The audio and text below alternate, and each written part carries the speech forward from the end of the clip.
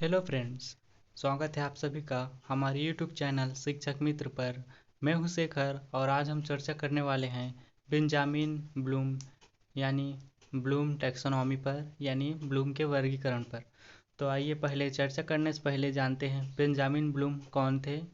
Benjamin Samuel Bloom एक अमेरिकी क्या थे शैक्षिक मनोवैज्ञानिक थे जिन्होंने शैक्षिक उद्देश्यों के वर्गीकरण और महारत सीखने के सिद्धांत में योगदान दिया।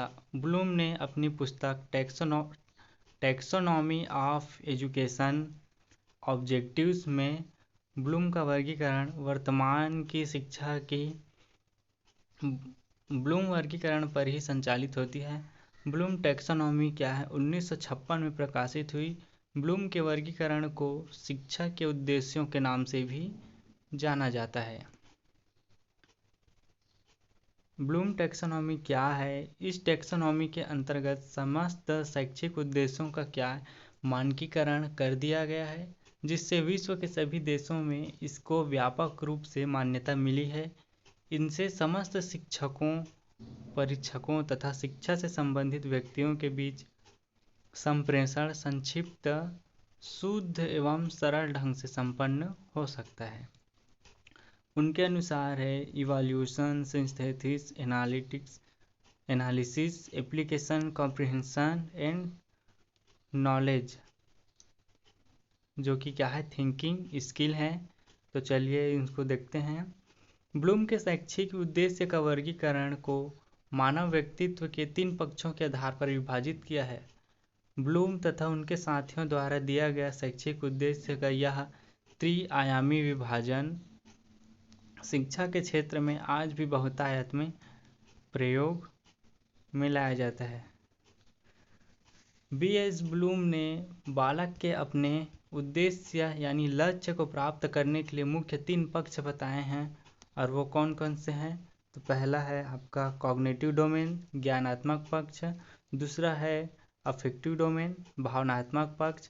तीसरा है साइकोमोटर डोमेन, क्रियात्मक पक्ष। तो पहले देखते हैं कॉग्निटिव डोमेन, ज्ञानात्मक पक्ष। इसका वर्गीकरण ब्लूम ने 1956 में किया था। यह मानसिक क्षमताओं से संबंधित होता है। इसके उद्देश्य को सरल से कठिन और शिक्षण अधिगम के निम्न स्तर से ऊंचे स्तर तक ले जाने वाले दृष्टिकोण को क्या किया है 6 भागों में बांटा है। तो पहला है मूल्यांकन, विचारों तथा सामग्रियों के मूल्य पर निर्णय करना। दूसरा है संश्लेषण, विविध तत्वों से एक ढांचा या पैटर्न बनाता है, एक नए अर्थ या ढांचे पर जोर देकर हिस्सों को जोड़कर संपूर्ण बनाता है। तीसरा है विश्लेषण, वस्तु या परिकल्पना को विभिन्न भागों में अलग करता है और ताकि संगठनात्मक ढांचा समझा जा सके, तथ्यों एवं निष्कर्षों के बीच अंतर कर सकता है। पहला देखते हैं नॉलेज यानी ज्ञान।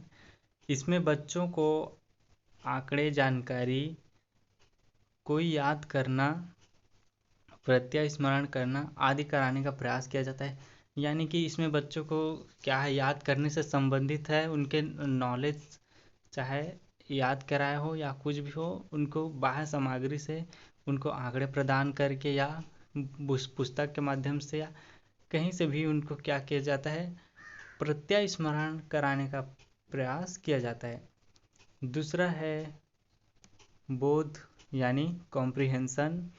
इसमें बच्चों को जो ज्ञान कराया जाता है उसकी समझ विकसित की जाती है, जैसे अर्थ को समझाना, समस्याओं की व्याख्या करना आदि। तीसरा है अनुप्रयोग, एप्लीकेशन। इसमें आत्मसात किए गए ज्ञान को परिस्थितियों के अनुसार क्या किया जाता है प्रयोग किया जाता है, जैसे जांच करना, गणना करना, प्रदर्शित करना। चौथा है विश्लेषण, एनालिसिस। इसमें आत्मसात किए हुए ज्ञान को विभिन्न भिन्न भागों में अलग करने की क्षमता होती है ताकि उसके तथ्यों और निष्कर्षों को समझा जा सके। पांचवा है संश्लेषण सिंथेसिस। इसमें नए अर्थ पर जोर देकर हिस्सों को जोड़कर संपूर्ण बनाया जाता है, अर्थात कॉन्सेप्ट एंड रूल्स के आधार पर उसमें कोई अपने अकॉर्डिंग कॉन्सेप्ट निकालना, जैसे कि तर्क देना, वाद विवाद करना, निष्कर्ष देना। छठवा है आपका मूल्यांकन इवैल्यूएशन। मूल्यांकन इसका सब अंतिम प्रक्रिया है। इसमें सीखे गए ज्ञान का क्या किया जाता है, मूल्यांकन किया जाता है कि बच्चे ने कितना सीखा है, कितना जाना है। अब इसके दूसरा डोमेन को देखते हैं, इफेक्टिव डोमेन। ब्लूम टैक्सोनॉमी के अंतर्गत भावात्मक उद्देश्य यानी इफेक्टिव डोमेन का निर्माण क्रैवाल एवं मारिया ने 1964 में किया। इसमें भी तरीके शामिल होते हैं जिनसे हम भावनात्मक रूप से क्या करते हैं, सामना करते हैं। इन्होंने छात्रों के भावनात्मक पक्ष पर ध्यान देते हुए कुछ प्रमुख बिंदुओं को हमारे सम्मुख रखा। भावात्मक पक्ष से तात्पर्य है कि उस प्रत्यय या टॉपिक के प्रति छात्रों के भावात्मक यानी कि गुस्सा, प्यार, चिढ़ना, उत्तेजित होना, रोना आदि का क्या है, रूप का विकास करना। भावात्मक पक्ष को 5 भागों में बांटा गया है। पहला है आग्रहण यानी ध्यान देना, रिसीविंग और अटेंडिंग। दूसरा है अनुक्रिया, रिस्पॉन्डिंग। तीसरा है आकलन। चौथा संगठन। पांचवा क्या है, विशेषकरण यानी मूल्यों का चरित्रकरण, कैरेक्टराइजेशन बाय वैल्यू और वैल्यू कॉम्प्लेक्स। तीसरा डोमेन है साइकोमोटर डोमेन, क्रियात्मक पक्ष। इसमें शारीरिक हलचल, मोटर स्किल के क्षेत्र आदि शामिल होते हैं। क्रियात्मक पक्ष को क्या 6 भागों में बांटा गया है, जो कि इस प्रकार है। पहला है सहज क्रियात्मक अंग संचालन। दूसरा आधारभूत अंग संचालन। तीसरा शारीरिक योग्यता। चौथा है प्रत्यक्षीकरण योग्यताएं।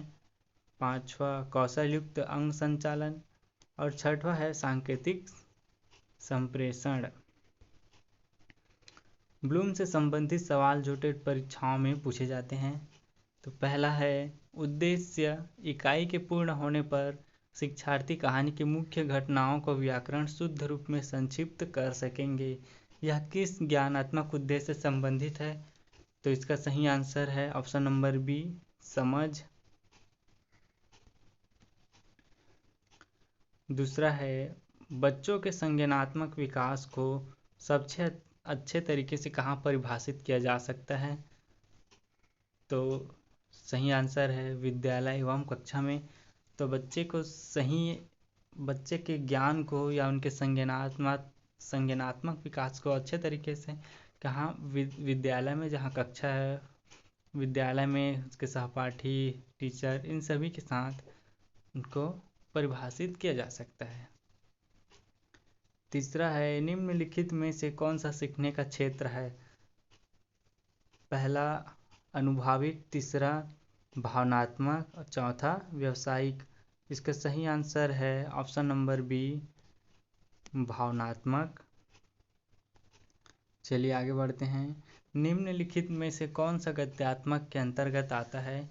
तो गद्यात्मक के अंतर्गत आपका आएगा कंट्रोल यानी कि नियंत्रण। संज्ञानात्मक क्षेत्र का उच्चतम स्तर है। तो संज्ञानात्मक क्षेत्र का उच्चतम स्तर है आपका लास्ट वाला मूल्यांकन, इवैल्यूएशन। छठवा आपका है शिक्षा में उद्देश्यों का वर्गीकरण दिया गया है। तो किसके द्वारा वर्गीकरण दिया गया है? अभी हमने पढ़ा है। तो किसके द्वारा? BS ब्लूम के द्वारा। क्वेश्चन नंबर 7वां, एक शिक्षक के रूप में अपने अपने छात्रों से हमारे जीवन पर प्रदूषण के प्रभाव को समझाते हुए एक निबंध लेखन के लिए कहा है। इस कार्यभार से ब्लूम के वर्गीकरण के कौन से संज्ञानात्मक स्तर की व्याख्या की गई है? तो इसमें क्या किया गया है? प्रयोग के आधार पर किया गया है। तो ऑप्शन नंबर सी, संप्रयोग इसका सही आंसर है। बालक सोचने विचारने के बाद सही निर्णय ले सकता है। यह किस प्रकार का क्या उद्देश्य है? तो सोचने विचारने यानी कि अंतिम प्रक्रिया हो गई, तो इसका सही ऑप्शन हो गया आंसर नंबर डी, मूल्यांकन। ब्लूम का वर्गीकरण के 3 ज्ञान क्षेत्र हैं।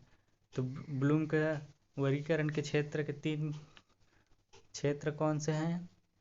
ऑप्शन नंबर सी, संज्ञानात्मक, भावात्मक और मनोवाहक।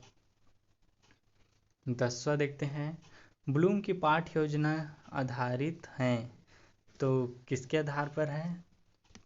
तो ऑप्शन नंबर सी, उद्देश्य के आधार पर है।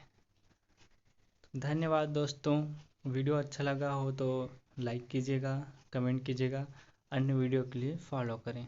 धन्यवाद।